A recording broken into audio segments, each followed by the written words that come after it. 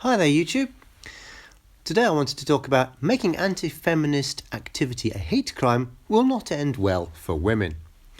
What do I mean by this? Well, this video was spurred on by reports in the news that mansplaining is now going to be treated basically as a hate crime, or at the very least men are going to get into trouble for mansplaining in the traditional workplace.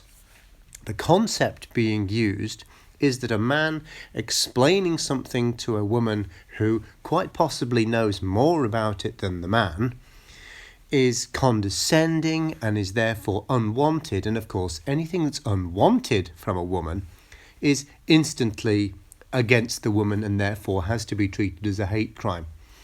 Now, this is not going to end well for women because if you think about the basics of it, men are providers, women are consumers.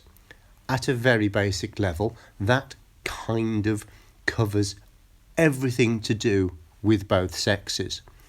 Men provide money or resources or facilities, if you want to talk about building civilization, and or information. Basically, they provide, they produce, they generate, they do.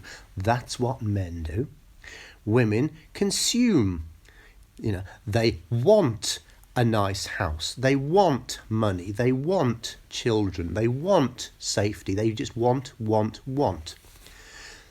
And that's all very fine and pleasant because you have one side of the equation basically is programmed to generate and provide. And one side of the equation is designed to want those provisions. And as long as both sides are given equal guarantees that that's being appreciated, that's all fine.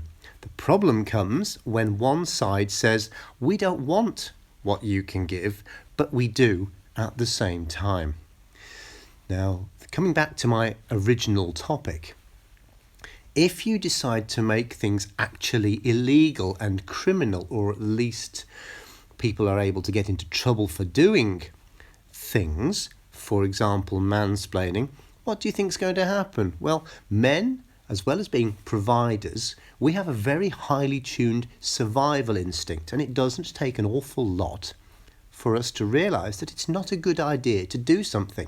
If you walk up to a stove that's got a lit hot plate, and you put your hand on it, it hurts. You don't go back and do it again just to see. You walk away from it and you go, fire hot. Don't like that. Hot fire make hand burn. Not good. And this is exactly the same. Men want to help. We are a naturally cooperative species. That's why men work well in the workplace. It's been well documented that men will have arguments and disagreements, but 5 minutes later they're forgotten and they get on with the job.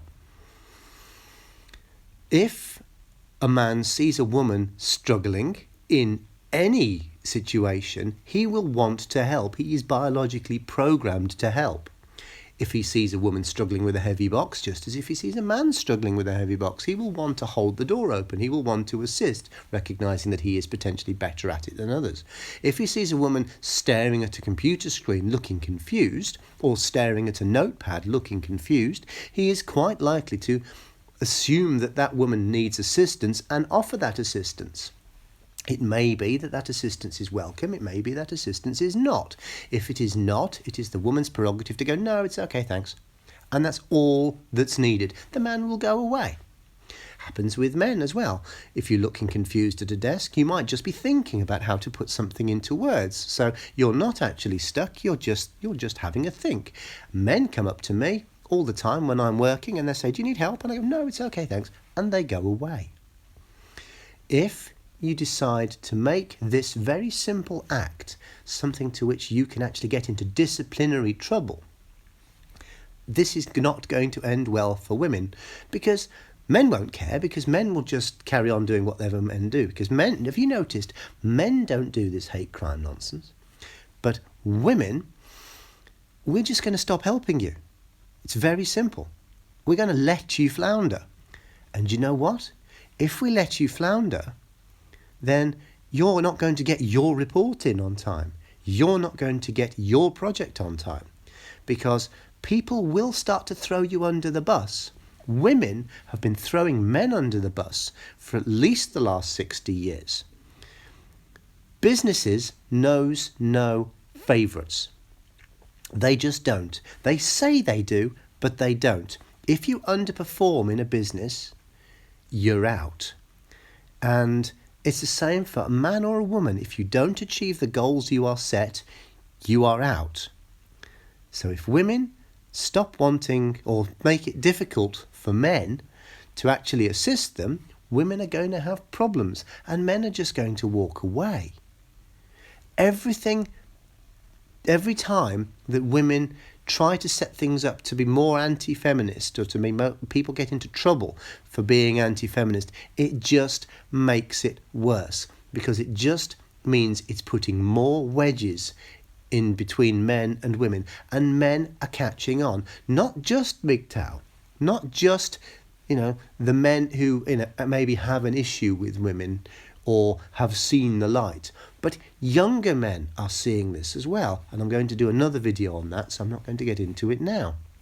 But the more things that feminists push to make life difficult for men by making things easier for women and making things actually criminal, the more things they do for that, the more they're going to push women away and the worse it's going to be for them. Thank you.